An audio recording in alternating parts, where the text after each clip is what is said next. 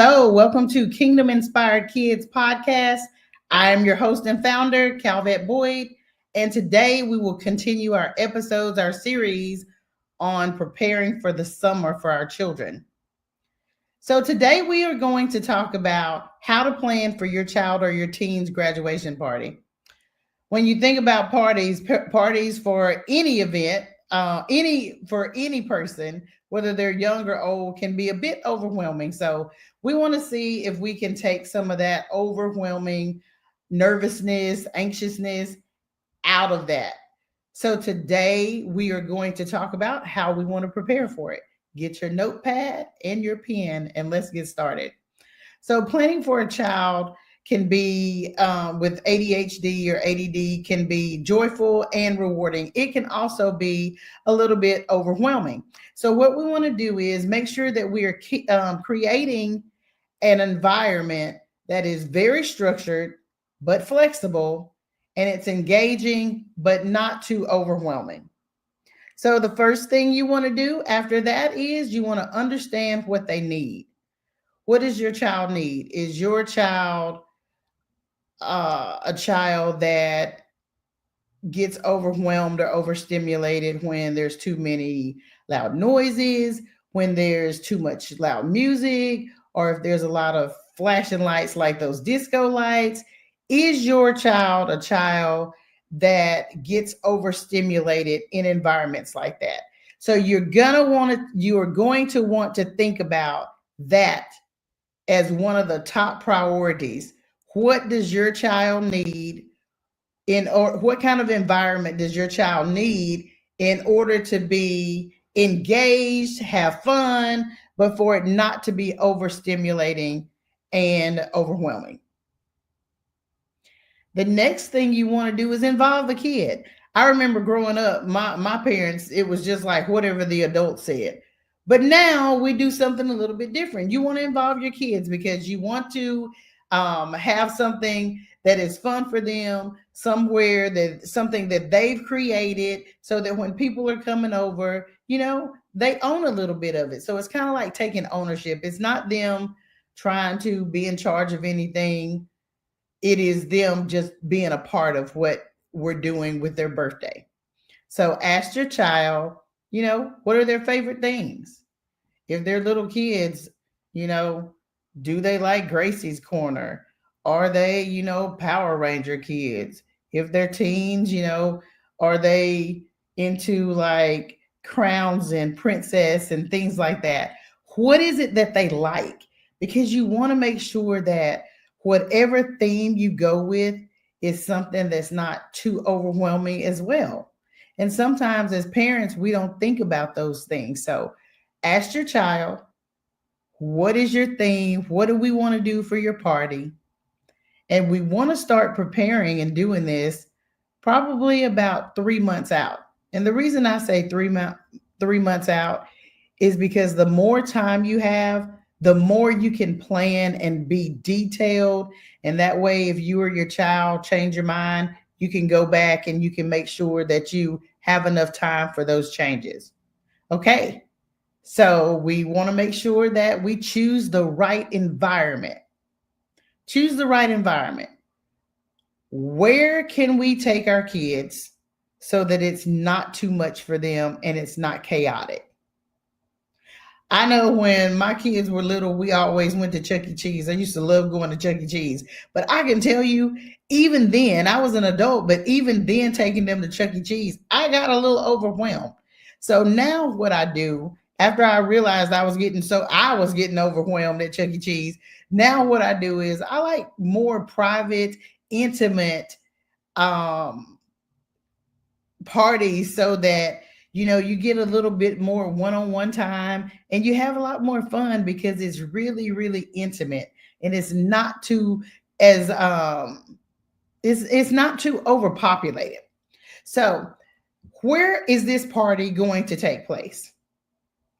You've got to figure out where you're going to have it. Where will this party take place? Will it be at your house? Will it be at a park? Will it be at a small venue? Will it be at a small community center? Where will it be? And then once you figure out where it is going to be, go ahead and start creating your guest list. Now, this is where you got to involve the child. You can't do all of this on your own because you don't know exactly who, other than the people that you see all the time. You don't know exactly who your kids might have a relationship with. We forget about people. Sometimes we just think about the family and friends that we're always around, our church members, or if our kids are in sports, we think about those people. But do we think about people like the bus driver or the teacher that gets your kid out in the car rider line? Do we think about those things? Sometimes we don't. So you want to make sure that when you're creating your guest list, ask your child, who do you want to come to the party? And you guys together, you start making that list. You that if and we're planning like 3 months out. So that gives your child time if they forgot, because sometimes we forget. That gives your child time to write down who we're preparing, like when we're writing now, and then to go back and add and write some more names down. And what you could do is you could ask your child to go ahead and anytime you, if you think of another person that you want to add to the list, give me that so that I can add them to the list. I can add them to the main list. And sometimes, like for me, I used to always want to get like a whiteboard. You can get a whiteboard, or you can get, just a regular composition notebook or a piece of paper and write it down. And then that way your kid can say, "Oh, I remember my bus driver. Oh, the mailman, when I get off the bus and the mailman's always out there. So I'm thinking about the mailman." You want to make sure that if they have people that they really care about, let's make sure we add those people to the list. And then you guys have, since we're 3 months out, you have, 2 or 3 weeks. I would get down to like 8 weeks before. So we're starting 12 weeks before, 8 weeks before we finalize this list. So we've been playing with this list for like a month. And we know that this list is done. And now we're ready to do something, we're ready to go to the next step. Because depending on how many people you invite, that is going to determine, how much room you're going to have at your venue or in your yard or wherever your party is going to be. So just make sure that you get that guest list narrowed down about 4 weeks out. I mean, 8 weeks out, so that we can get ready to prepare for the invitations. Now, once we get our guest list done and we're ready to send out those invitations, if your child's old enough to write, addresses and all that information or names on the envelopes, let them take part in that. Because remember, this is their party. And we're adults, yes, we're the parent, but let them take part. It creates ownership for them. Once that's done, you and your child can take those invitations and drop those invitations off. I was, or put them in the mail. I was always taught that it's better to have an invitation mailed than it is to just hand someone an invitation. So when it comes to those things, nowadays we do hand out some invitations, but I love getting an invitation in the mail. I feel important. So just think about that. People like my mom's generation. So my mother is older. She's in her 80s. So people in that generation, most of them want you to to mail them an invitation. So just think about those kind of things. So get your invitations handed out. That way you've got four weeks for them to confirm if they want to attend the party or not. And then you've already got your party information on there, when it is, how long it's going to be, and all that good stuff. Now, one thing I didn't talk about in the beginning was there are children. Some children are on medication for their ADHD and ADD.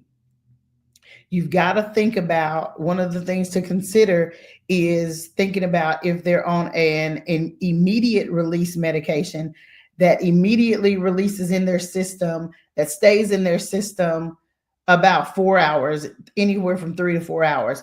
Or is your child on a medication that's extended release that can last up to 8 hours? So you want to think about those things, and that way it'll help you kind of determine what time of day you should have your party. The next thing is when you schedule your party, make sure that your party is not longer than 3 hours. A good 2 3 hours, so that they're on task. You can kind of keep them together versus this all day party and the kids are not able to stay focused and do what they need to do to enjoy themselves.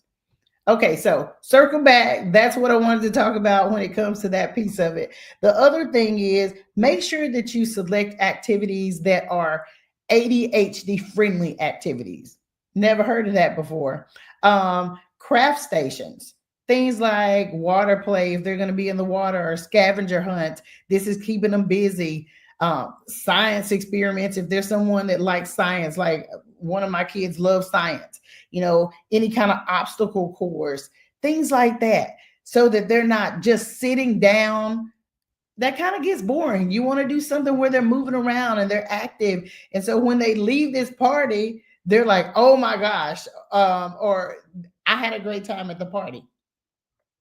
So you want to also have a list of activities somewhere written down. We call it an agenda, but you can do that inside your invitation, or you can do that, have like a whiteboard, print it out or post it, so that there's a time limit. Let's say if your party starts at noon, then from noon to 1, or from noon to 12 to 12:30, we're doing a scavenger hunt. From 12:30 to 1, we're going to be doing crafts at the craft station. So you want to prepare so that they know exactly what they're doing. That is going to help us keep these kids on task and to help them have fun. Once you do all of that, you want to make sure that you prepare for high energy, because a lot of these kids have high energy. So they're going to want to be playing, and they're going to want to dance, and they are going to have a burst of energy. And so you've got to make sure that you're prepared for that. And you want to make sure that you have enough people, enough adults there that can kind of monitor the kids. And then if you have an event planner, that would be great, because the event planner could actually help you to keep the kids on task and to make sure that they're doing the activities at the scheduled time. And then we're wrapping up, about 5 minutes before each activity ends, so that we can go and move on to the next thing. And then you want to think about the snacks and cake that you have. Listen, I'm not a doctor. Again, I am not a doctor, but one of the things I don't believe in is, I don't believe in Red 40 for kids. I don't believe in it. I've seen what it has done to my child and some children that I've been around. So I don't believe in Red 40. So the Doritos and the Takis and those kind of things, you're not going to see those at a party that I host, especially not if there's kids there, or even if there's adults there that are ADHD, ADD, because I don't want to deal with the consequences of what happens with that. I personally have seen an attitude change. I know that there are some people that don't believe in that. That is just my own personal opinion. I am not a doctor, but I don't believe in giving kids Red 40. I just don't. You want to make sure that when you get your cake, listen, I love cream cheese. I am not a whip topping kind of girl, but when it comes to kids and how sugar is going to affect them as well as it affects us too, you want to avoid too much sugar and too many dyes in whatever you're hosting. So if you're having chicken salad sandwiches, or you're having turkey or ham sandwiches, or whatever it may be, just make sure that you take into consideration what is on your menu. And then make sure that if there's any kids that, you can put it in your invitation, if there's any special dietary needs or anything, that the parents let you know, so that you can make sure that you have something there for everybody. You can offer protein rich snacks, they kind of help with emotional regulation, like cheese and nuts and yogurts and things like that.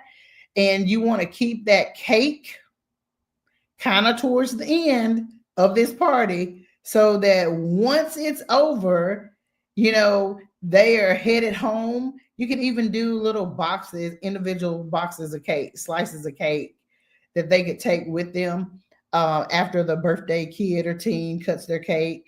You could cut that cake so that that could kind of be the end of your party. Or if you don't want to do that, you can just hold the cake to the very end of the party. So we want to do cake at the end because we know that that cake is full of sugar, and we don't want to avoid we want to avoid any kind of post sugar crashes early on. So we want to keep that towards the end. And then we want to make sure that we transition to the gifts, to the gift part. So sometimes kids register for gifts. Sometimes they didn't. When I was a kid, we didn't have registries, so we didn't know anything about that. Now, today's generation, you got to guess, you got a registration list. Some kids go on Amazon, they go to Walmart, they go to Target, different places. It's whatever your preference is.